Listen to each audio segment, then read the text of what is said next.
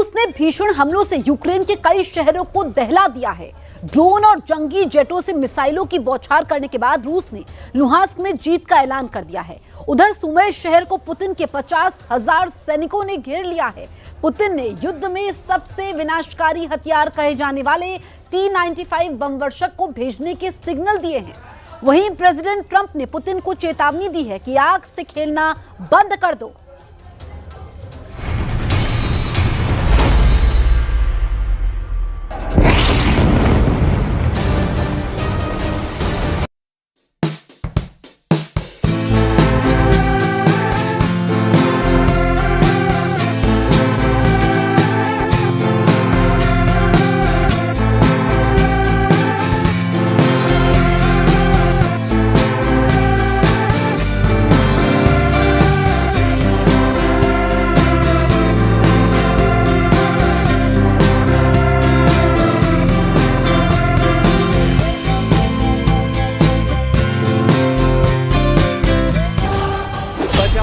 सैनिकों ने घेरा सुमी, सिर्फ 12 किलोमीटर दूर पुतिन की जीत। हर गुजरता दिन यूक्रेन पर भारी है।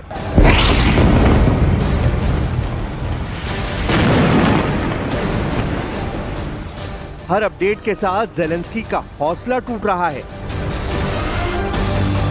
रूस के भीषण हमले से यूक्रेन की धरती खौलता बारूदी ज्वालामुखी बनती जा रही है। जिस शहर में देखिए बारूदी आतिशबाजी दिख रही है। 1 जुलाई की सुबह यूक्रेन की न्यूक्लियर सिटी ज़ैपोरिज़िया एक बार फिर ड्रोन स्ट्राइक से दहल गई है।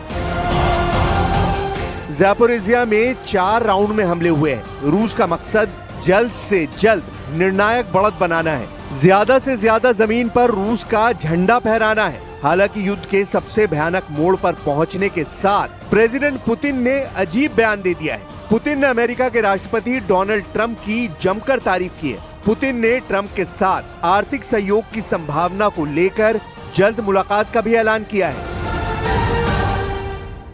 У нас хорошие очень перспективы в сфере экономического взаимодействия. И мы знаем, что американский бизнес проявляет желание, стремление и посылает нам сигналы о том, что они хотели бы вернуться на наш рынок. Мы будем это только приветствовать. Все это нужно последовательно подготовить. А так, в целом, эта встреча вполне возможна, и мы с удовольствием будем ее готовить. पुतिन ने ये तक कह दिया कि ट्रंप वास्तव में युद्ध रुकवाने को लेकर सीरियस हैं। जब पुतिन और ट्रंप युद्ध रोकने के लिए तैयार हैं, तो कौन है जिसने रूस यूक्रेन को युद्ध की आग में झोंक रखा है? जब दोनों सुपर पावर डील करना चाहते हैं, तो कौन इनके बीच में दरार पैदा कर रहा है? किसने पुतिन को फिर से एटम बम धमाके के लिए मजबूर कर दिया है? आखिर क्यों न्यूक्लियर युद्ध का माहौल बन गया है?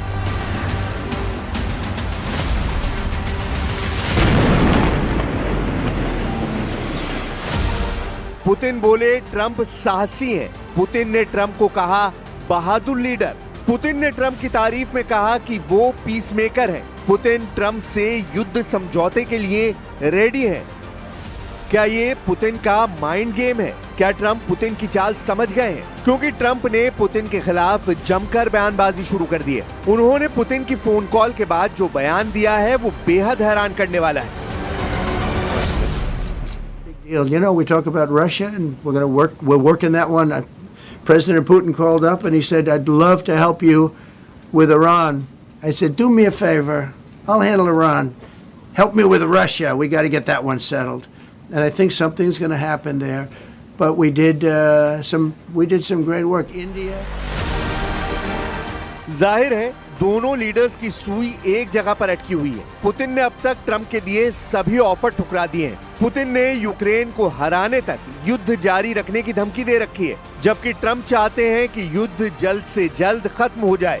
लेकिन दोनों लीडर जो चाहते हैं वो हो नहीं रहा। हालांकि वॉर जोन में पुतिन के सारे दावे सही बैठ रहे हैं। रूस ज्यादा आक्रामक हो गया है। रूस को नतीजे भी मिलने लगे हैं।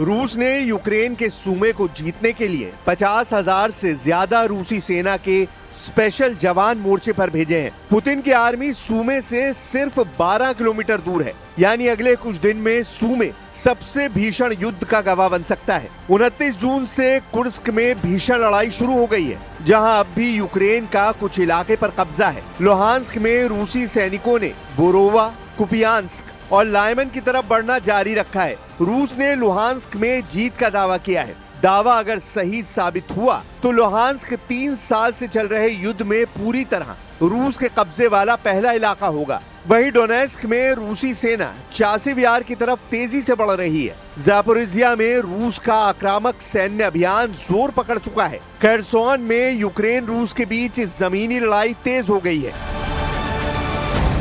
रूस ने जंग में फाइटर जेट और ड्रोन से मिसाइलों की बेहिसाब मार शुरू कर दी है। पुतिन ने यूक्रेन रूस बॉर्डर पर बफर जोन बनाने का मिशन ऑन कर दिया है।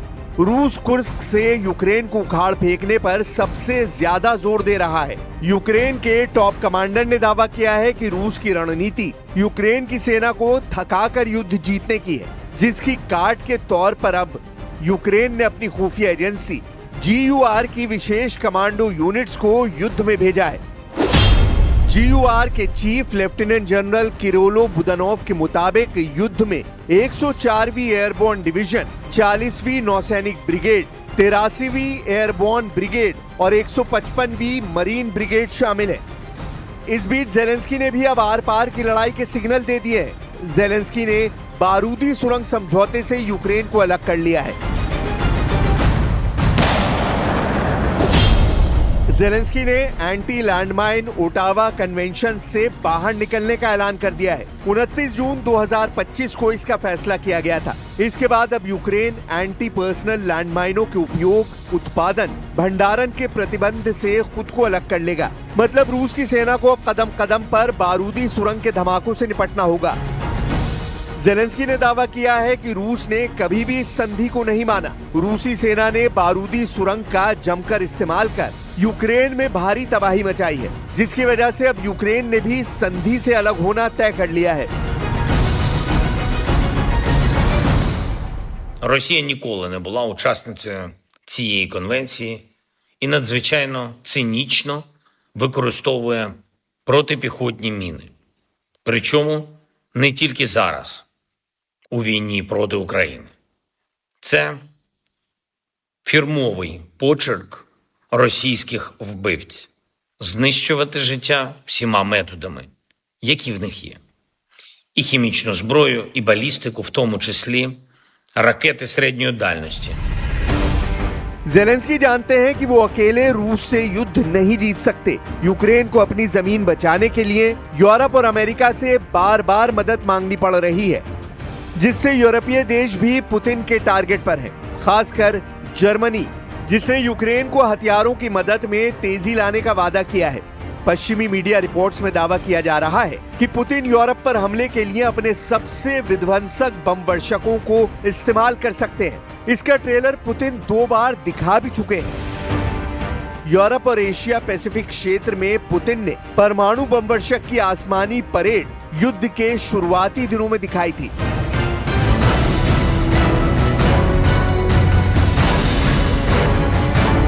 ये है रूस का Tu-95 न्यूक्लियर बॉम्बर। रूस ने अपने इस दशकों पुराने बॉम्बर को अब एक नए और बहुत ही खतरनाक मिशन पर तैनात कर दिया है। इस जहाज में लगे प्रोपेलर की आवाज गजब की है। ये जितना जमीन पर डराती है, उतना ही खौफ इसके उड़ने के बाद दिखता है। इसके प्रोपेलर की आवाज हजारों मीटर की ऊंचाई से साफ सुनाई देती है। ये रूस की परमाणु स्ट्राइक वाली फ्लीट का बड़ा हिस्सा है। रूस के रक्षा मंत्रालय ने 1 मिनट का वीडियो जारी करके बताया था कि उसके इस बहुत ही खतरनाक विमान का असली मकसद क्या है। वीडियो को बहुत गौर से देखिएगा। इस 1 मिनट के वीडियो में विमान के अंदर का हिस्सा बहुत ही सीक्रेट तरीके से फिल्माया गया है। कॉकपिट को ऐसे रिकॉर्ड किया गया है ताकि इस विमान की उड़ान वाली डिटेल दुश्मन की समझ में बिल्कुल ना आए। क्या इस परमाणु बम वर्षक विमान में एटम बम रखा गया है? अगर इस विमान में एटम बम है तो उसका टारगेट कौन है? क्या पुतिन ने इसे इसलिए एयरबोर्न किया है क्योंकि वो परमाणु हमले की गारंटी चाहते हैं? या फिर ये जवाबी एटमी हमले वाली ताकत का हिस्सा है, जिसे अंग्रेजी में सेकेंड स्ट्राइक कैपेबिलिटी कहा जाता है। Tu-95 जब आसमान में होता है तो उसकी हिफाजत के लिए साथ में होते हैं सुखोई 30 और सुखोई 35 फाइटर जेट। ये दोनों जेट इस विमान को एस्कॉर्ट करते हैं ताकि दुश्मन के विमान रूस के इस बमवर्षक से दूर रहे। आप इसे पुतिन के आसमानी बॉडीगार्ड भी कह सकते हैं, जो किसी भी हालात के लिए हमेशा तैयार रहते हैं। इनकी एयर टू एयर मिसाइल साफ देखी जा सकती है, यानी ये दुश्मन के विमान को मार गिराने के लिए पूरी तरह तैयार है। पूर्वी रूस के सीक्रेट एयरबेस से शुरू हुई इस खतरनाक उड़ान का अंजाम क्या होगा कोई नहीं जानता, लेकिन ये जहाज जहां से गुजरेगा उसकी कुछ जानकारी मिल गई है। ये जहाज 13 घंटे के एक मिशन पर है और ये बेरिंग सागर से होकर गुजर रहा है, यानी अमेरिका के अलास्का को छूते हुए ये विमान प्रशांत महासागर की तरफ बढ़ा। ये सीधा सीधा अमेरिका और जापान को चैलेंज था और पुतिन ने ये मिशन बहुत सोच समझकर तैयार किया था। 13 घंटे की उड़ान पर अमेरिका और जापान की नजर बनी रही, वो भी इस विमान को लगातार ट्रैक करते रहे। आप इसे पुतिन का न्यूक्लियर चैलेंज कह सकते हैं, जिससे पूर्वी बॉर्डर पर अमेरिका और जापान के लिए रोंगटे खड़े होना लाजमी है। इसके बाद बारी आई रिफ्यूलिंग की, क्योंकि टेक ऑफ के बाद लंबी दूरी के मिशन के लिए विमान को और ज्यादा ईंधन की जरूरत होती है। इसलिए टंकी को टॉप अप करने के लिए आगे पहुंचता है रूस का टैंक विमान IL-78 और फिर उसमें से निकला पाइप Tu-95 के रिफ्यूलिंग पॉट से जुड़ जाता है और शुरू हो जाती है आसमान में ही रिफ्यूलिंग। ये दोनों विमानों के लिए बहुत ही खतरनाक पल होते हैं। कॉकपिट का वीडियो पूरी तरह ब्लर कर दिया गया है ताकि इसके फ्लाइट पाथ यानी हवाई रूट के अलावा इस विमान टारगेट के बारे में दुश्मन को कोई जानकारी न मिले। रूस के पास ऐसे 50 से भी ज्यादा बॉम्बर हैं, यानी पुतिन की न्यूक्लियर फोर्स बहुत ज्यादा ताकतवर है और ये बात अमेरिका भी बहुत अच्छी तरह से जानता है।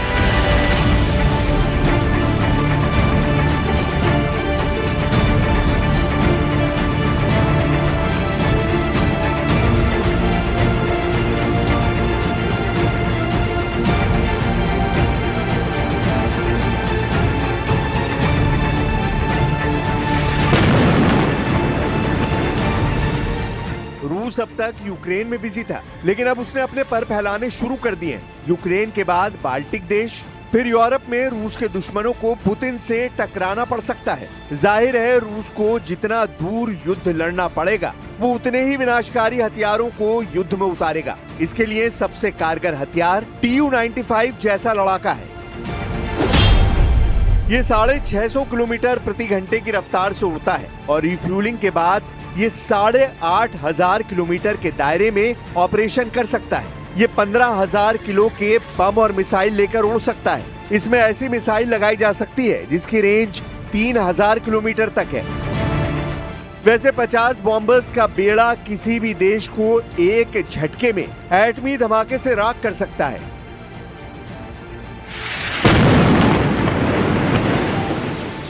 पुतिन के पास दुनिया का सबसे बड़ा एटमी गोदाम है, सबसे विनाशकारी मिसाइलें हैं। ये भी साफ है कि पुतिन को यूक्रेन युद्ध में जितनी देर तक उलझाया जाएगा उनके दुश्मनों को उतना ही हर्जाना भरना पड़ सकता है। पुतिन गिन गिन कर बदला लेंगे, जरूर लेंगे, इसकी गारंटी वो खुद ले चुके हैं।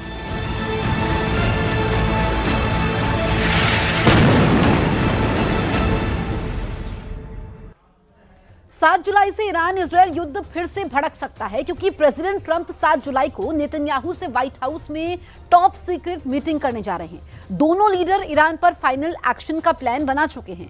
माना जा रहा है कि अब की बार सुपर पावर ईरान की त्रिशक्ति पर प्रहार करेगा, जिसमें मिसाइल पावर, न्यूक्लियर प्लांट और समंदर में ईरान को दहलाने की तैयारी पूरी कर ली गई है।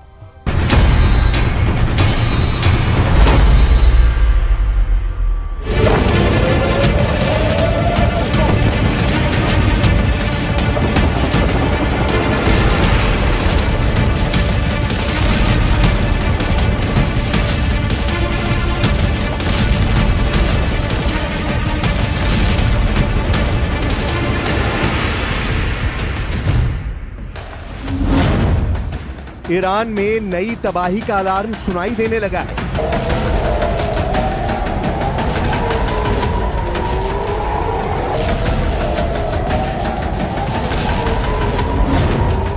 7 जुलाई को खामनेई के अंत की नई पटकथा लिखी जाएगी।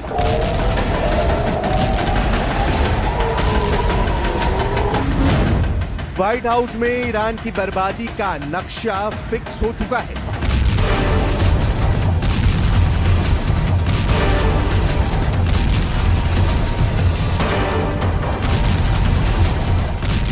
सात जुलाई, वो दिन जिसे बेनियामिन नेतन्याहू अस्तित्व की निर्णायक घड़ी कह रहे हैं।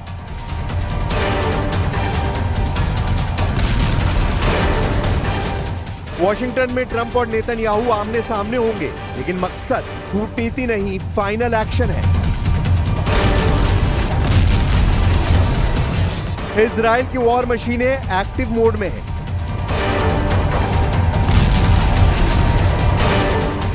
एयरफोर्स से लेकर साइबर यूनिट तक सबका मिशन एक, ईरान में तबाही का वो नक्शा तैयार करना कि फिर खामनेई को खड़े होने का कोई मौका ना मिले।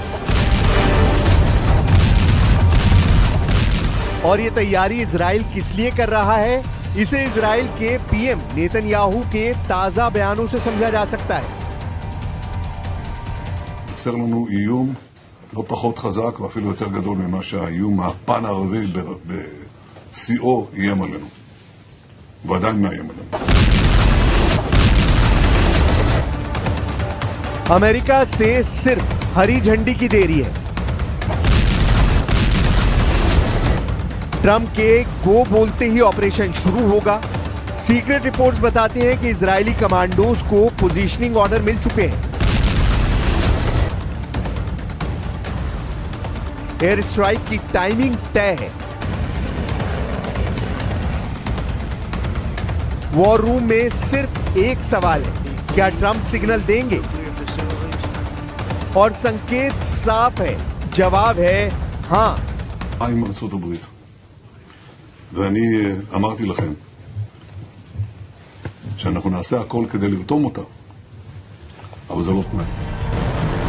ईरान की सबसे बड़ी ताकत उसकी मिसाइल पावर है, जो अब इजराइल के टारगेटिंग के केंद्र में है।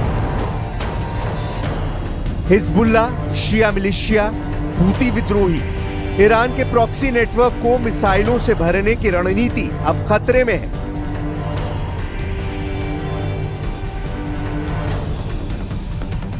इजराइल ने पहले ही ईरान के rocket launch base, ballistic units और ड्रोन फैक्ट्रियों की सूची तैयार कर ली है। ऑपरेशन का पहला फेज डीप स्ट्राइक कहलाएगा, जहां 72 घंटों में दर्जनों लोकेशन ध्वस्त की जाएंगी।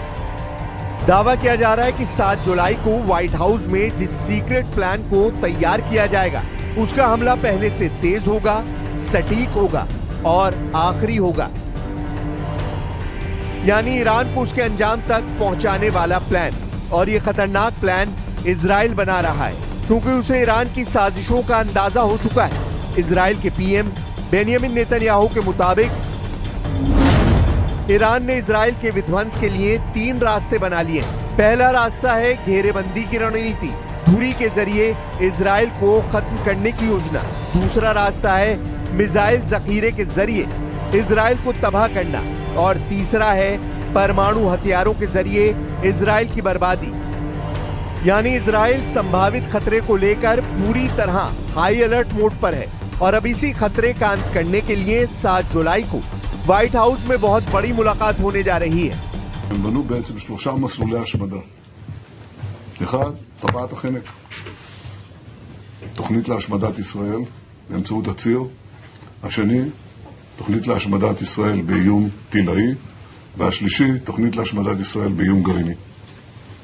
זה רזון דטר של המשטר. זה לא הסיבה היחידה שהם רוצים להשמיד אותנו, ואנחנו לא המטרה העיקרית שלהם. אבל כדי לממש את המטרות העיקריות, הם חייבים לסלק אותנו. אי אפשר לכבוש את המזרח התיכון בלי להשמיד את ישראל.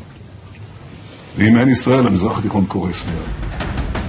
इजराइल ये मैसेज दुनिया के सामने दे रहा है कि पश्चिम एशिया के वजूद की कल्पना इजराइल के बगैर संभव नहीं है। यही वजह है कि खामनेई के किले को ढहाने के लिए इजराइल ने ईरान की त्रिशक्ति को सीधा टारगेट करने का प्लान बनाया है। सीक्रेट रिपोर्ट्स बताती हैं कि इजराइल इस बार पहले से भी ज्यादा बड़ा हमला ईरान पर कर सकता है, जिसमें इजराइल के निशाने पर एक बार फिर ईरान की न्यूक्लियर साइट्स, मिसाइल तकनीक और समुद्री शक्ति होने वाली है, क्योंकि यही वो रास्ता है जहां से ईरान लगातार अपनी हेकड़ी दुनिया को दिखाता रहा है। स्ट्रेट ऑफ हॉर्मुज, वो गलियारा जहां से दुनिया का 30% तेल गुजरता है। ईरान ने यहां नौसेना, मिसाइल बोट्स और माइनिंग सिस्टम तैनात कर रखा है। इजराइल ने इसे त्रिशक्ति का तीसरा सिर कहा है और अब इसी सिर को काटा जाएगा। अमेरिका के 5th फ्लीट और इजरायली नेवी दोनों तैयारी में है। यानी ईरान की समंदर में दादागिरी अब ज्यादा दिन नहीं चलेगी। खबर है कि इस बार इजराइल ने जिन टारगेट्स को लॉक किया है उनमें नौसैनिक अड्डे, बंदरगाह, मिसाइल लॉन्चर जहाज और ईरानी सबमरीन रूट शामिल है। और इस ऑपरेशन को अंजाम तक पहुंचाने के लिए इजराइल की टॉर्पीडो यूनिट्स और under water drone fleet red alert पर है। दावा किया जा रहा है कि ऑपरेशन का कोड नाम भी तय हो चुका है, यानी ईरान की समुद्री पकड़ को हमेशा के लिए अलग कर देना ही अब इजराइल का मकसद है। क्योंकि इजराइल दावा करता रहा है कि पश्चिम एशिया अब ईरानी ब्लॉक से आजादी चाहता है और इस आजादी की शुरुआत होगी समंदर के रास्ते। इजराइल अपने मकसद को अंजाम तक पहुंचाने के लिए अब किसी भी हद तक जाने को तैयार है। यही वजह है कि ईरान के लिए नए हमले की प्लानिंग के लिए तैयारियां भी बड़ी हो रही हैं। זה לא היה מתאפשר, ולא הפעולה העצימה והמעולה שתירשם בדפי עמנו, ולדעתי יירשם בתולדות העולם, בוודאי בתולדות הצבאות, שלדעתי כולם יבואו ללמוד. יש לזה גם השלכות גדולות לכלכלה שלנו, אנחנו כבר מרגישים את זה. बेनियामिन नेतन्याहू के अमेरिकी दौरे की अहमियत कितनी है, इसे ऐसे ही समझा जा सकता है कि उनके करीबी सलाहकार और इजराइल के रणनीतिक मामलों के मंत्री रॉन डर्मर अपनी टीम के साथ पहले ही वॉशिंगटन पहुंच चुके हैं। रॉन डर्मर नेतन्याहू के अमेरिका आने से पहले तमाम मुद्दों पर सहमति बनाने की कवायद में लगे हैं, जिसके लिए वो लगातार व्हाइट हाउस के वरिष्ठ अधिकारियों से मुलाकात कर रहे हैं। Well, I know that Mr. Dermer is in Washington this week to meet with senior officials here at the White House. I also know that this administration is in constant communication with Israeli leadership, and the president himself speaks frequently, as you know, to Prime Minister Netanyahu. But this has been a priority for the president since he took office, to end this brutal war in Gaza. It is because of this president that humanitarian aid is being brought into the region. It's heartbreaking to see the images that have come out from both Israel and Gaza throughout this war, and the president wants to see it end. He wants to save lives, and however, the main priority for the president also remains to bring all of the hostages home out of Gaza. As you know, his tireless effort has brought home many of the hostages, including all of the American hostages who were held there. So he wants to see both things happen, and we're continuing to work very hard to do those things. 7 जुलाई को Trump और Netanyahu के बीच होने वाली मुलाकात पर दुनिया की नजरें इसलिए भी टिकी हैं क्योंकि ईरान की न्यूक्लियर साइट पर प्रहार के बाद 4000 किलोग्राम यूरेनियम का कोई अता पता नहीं है। दावा किया जा रहा है कि ईरान ने हमले से पहले ही न्यूक्लियर साइट्स पर मौजूद संवेदनशील सामग्री को अंडरग्राउंड कर दिया था। इसीलिए आशंका जताई जा रही है कि ईरान अब और ज्यादा गुपचुप तरीके से अपने न्यूक्लियर अभियान को आगे बढ़ा सकता है। खुद ईरान के सुप्रीम लीडर भी ये लगातार कहते आए हैं कि दुनिया के दबाव में ईरान किसी भी कीमत पर अपना न्यूक्लियर प्रोग्राम नहीं रोकेगा।